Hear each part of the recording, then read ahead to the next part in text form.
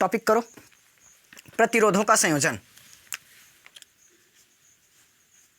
प्रतिरोधों का संयोजन, संयोजन, संयोजन। देखो ये जो चैप्टर 2 में हमने पढ़ा है ना, संधारित्रों का संयोजन, वैसे ही प्रतिरोधों का संयोजन आएगा। संधारित्र में हमने क्या क्या संयोजन पढ़ा था? श्रेणी क्रम, समांतर क्रम और मिश्रित क्रम। मिश्रित क्रम को नहीं पढ़े, सिलेबस में नहीं है करके, श्रेणी और समांतर पढ़ना है। इसमें भी श्रेणी और समांतर आएगा। पहला कौन सा क्रम? श्रेणी क्रम। दूसरा समांतर, हाँ संयोजन क्रम, समांतर क्रम, सीरीज और पैरेलल।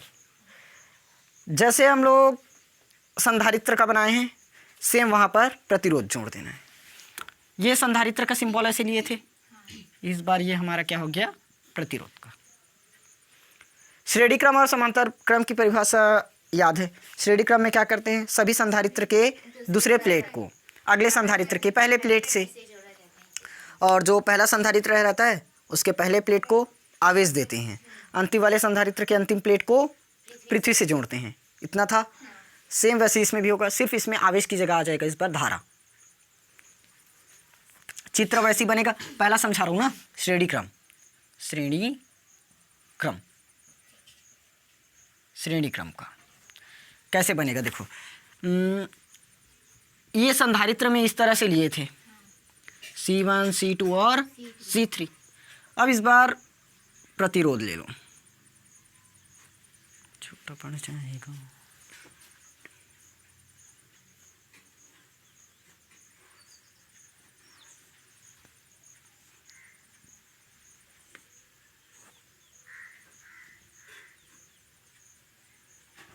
प्लस माइनस, ये R1, R2, R3, उसमें सेम ऐसे ही बनाए थे, लेकिन 3 संधारित्र लिए थे। जैसे बैटरी को ऑन करोगे क्या होगी? विद्युत धारा प्रवाहित होगी। विद्युत धारा प्रवाहित होता है तो विभवांतर भी उत्पन्न होता है, तो सभी के बीच विभवांतर निकल जाएगा। R1 के बीच विभवांतर V1, R2 के बीच विभवांतर V2, R3 के बीच विभवांतर V3। दोनों में कंपैरिजन करके चलते, C1 में, C2 में, C3 में विभवांतर उत्पन्न हुआ था V1, V2, V3। इसमें भी होगा V1, V2, V3। चलो इसका थ्योरी समझते हैं।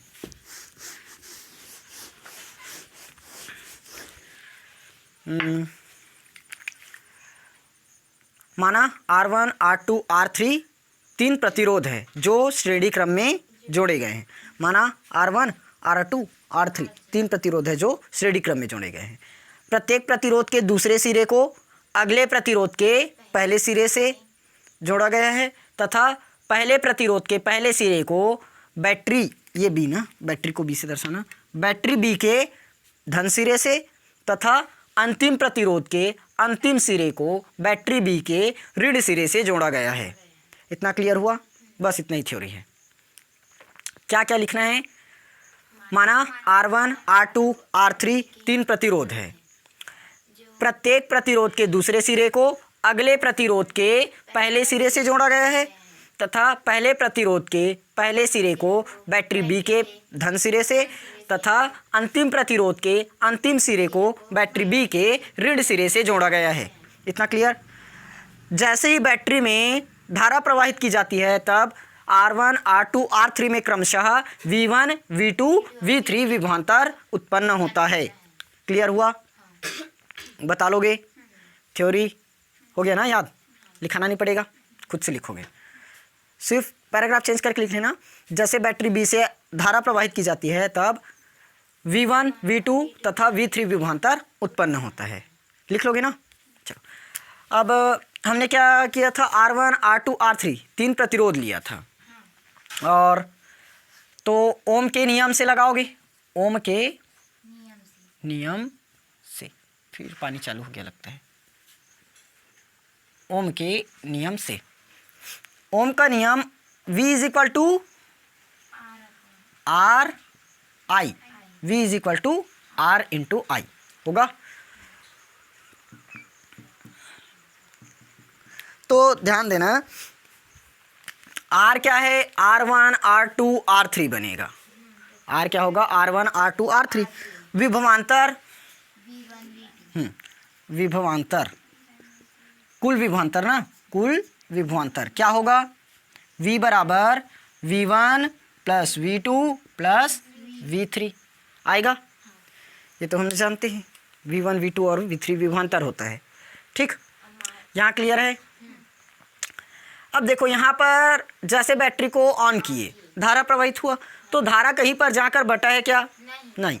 तीनों में एक ही धारा प्रवाहित होगा। और यदि मान लो यहाँ से ऐसे कुछ निकाल देते क्रम, तो तीनों में धारा जाती, जैसे आवेश प्रवाहित हुआ था।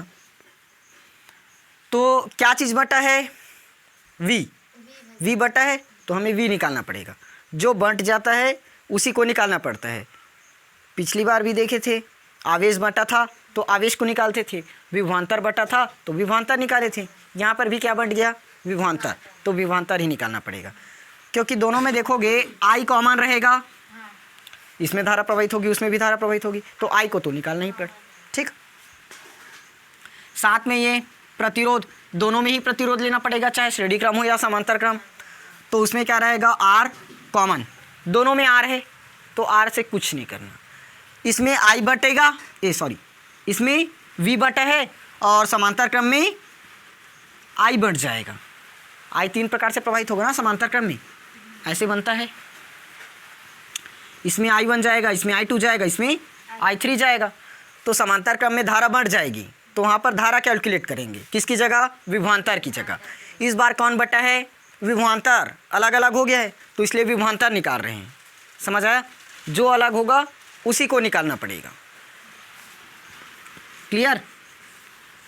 चलो, अब जैसे V है, V का मान तो RI निकाल चुके हैं, इसको इक्वेशन फर्स्ट कर लेना। V1 का मान R1 तो अलग होगा, लेकिन I धारा तो बटा नहीं है, धारा वही है। सेम V2 बराबर R2I, क्योंकि R2 दूसरा प्रतिरोध है लेकिन I वहीं का वहीं है। V3 बराबर R3I, हो गया इतना। अब ये समीकरण 1 है, समीकरण 1 में पूरा वैल्यू रख देते हैं। समीकरण 1 में V1 V2 V3 का मान रखने पर, देखो V का भी मान रखेंगे, V1 V2 V3 पूरे का मान रख देंगे। V का मान RI, V का मान RI, V1 का मान R1I, V2 का मान R2I, V3 का मान R3I। पूरे में क्या कॉमन दिख रहा है, I बाहर निकल जाएगा I। हाँ, यहाँ RI, यहाँ से हम I बाहर किए, क्या बचा, R1 R2 R3 बाहर आया। अब देखो यहाँ पर I है, यहाँ पर भी है, इधर इनटू में है, इस तरफ ला लेंगे तब डिवाइड हो जाएगा तो कटेगा। तो R बराबर R1 plus R2 plus R3, ये निकल गया। ये क्या है हमारा, यही प्रतिरोधों के श्रेणी क्रम का सूत्र है, श्रेणी क्रम का सूत्र है। समझ आया। चलो नोट कर लो। हाँ, थ्योरी ऊपर में लिखोगे, जगह छोड़ लो, बाद में लिख लेना। बस चित्र बनाना। हाँ।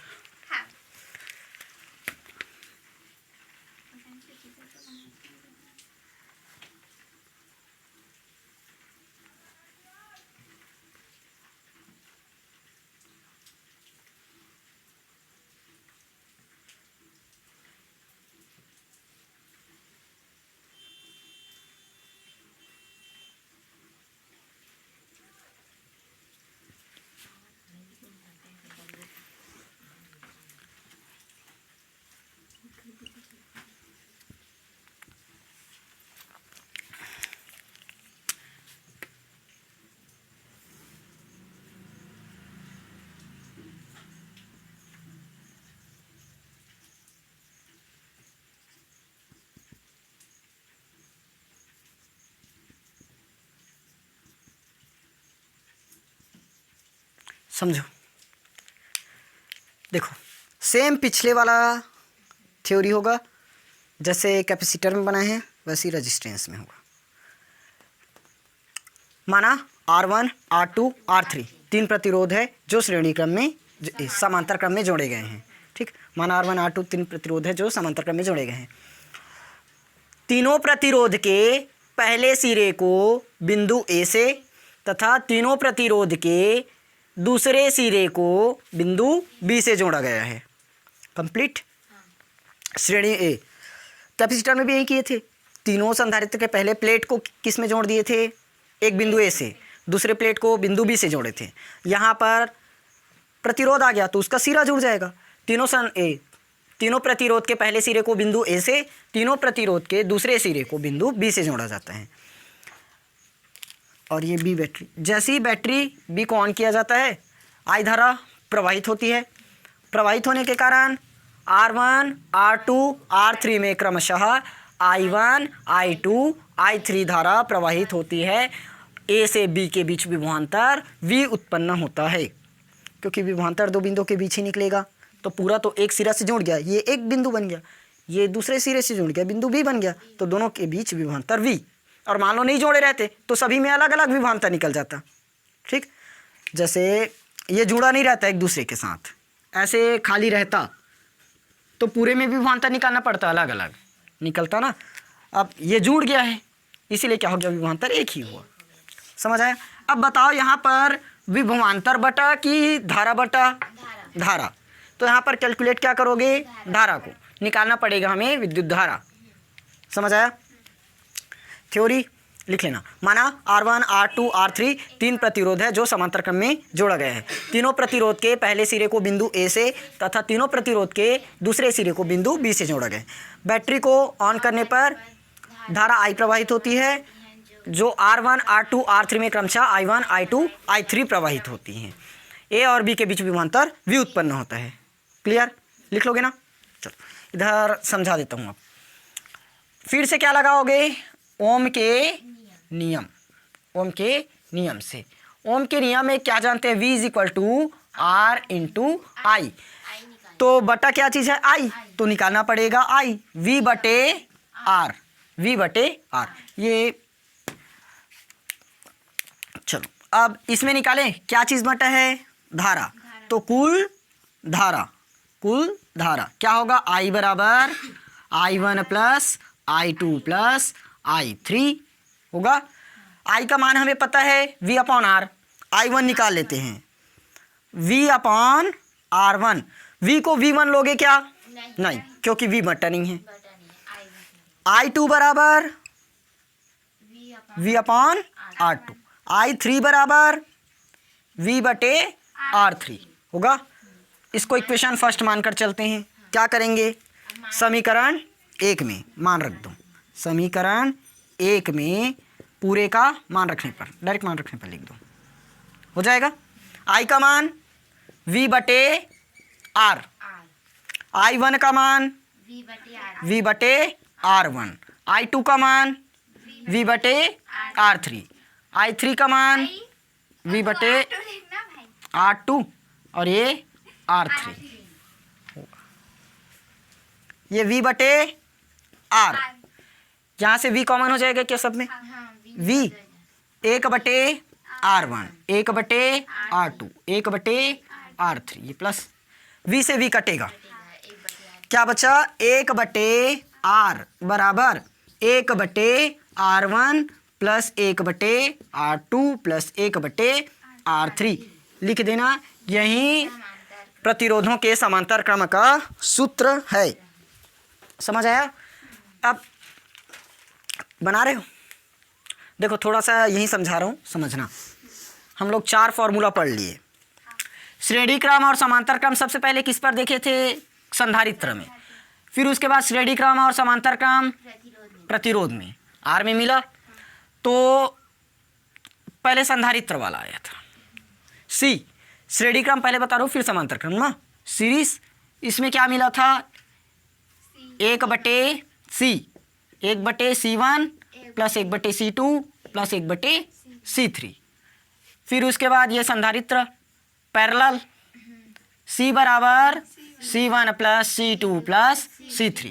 उसके बाद प्रतिरोध पर सीरीज श्रेणी क्रम में R बराबर R1 plus R2 plus R3, और पैरेलल में 1/R बराबर 1/R1 plus 1/R2 plus 1/R3। ये 4 फॉर्मूला पढ़े हैं और चारों के चारों से ही न्यूमेरिकल क्वेश्चन बहुत आता है। कोई भी एक फार्मूला याद कर लो अपने मन से जो एकदम दिमाग में ना फिट बैठ जाए, कोई भी एक इन चारों में से, चाहे ये दोनों में से कोई एक करो या ये दोनों में से कोई एक करो। अगर एक बस याद है तो चारों याद हो जाएगा। जैसे मान लो मैं ये याद किया हूँ प्रतिरोध का श्रेणी क्रम, अभी जस्ट इसके पहले पढ़े थे। श्रेणी क्रम में ये याद रखिए R बराबर R1 plus R2 plus R3 होता है। श्रेणी क्रम से हमें समांतर क्रम याद आ जाएगा क्योंकि R बराबर ये जस्ट उसके बट्टे में आ जाता है, तो ये बन गया। अब इसी का पलट दो, संधारित्र बन जाएगा। देखो ये इसका श्रेणी क्रम था तो ये वाला समांतर क्रम का है। जो संधारित्र में श्रेणी क्रम रहता है प्रतिरोध में समांतर क्रम रहता है। संधारित्र में समांतर क्रम है तो प्रतिरोध में श्रेणी क्रम होगा। कंप्लीट। कोई भी एक फार्मूला याद कर लेना तो पूरा याद हो जाएगा। समझ आए?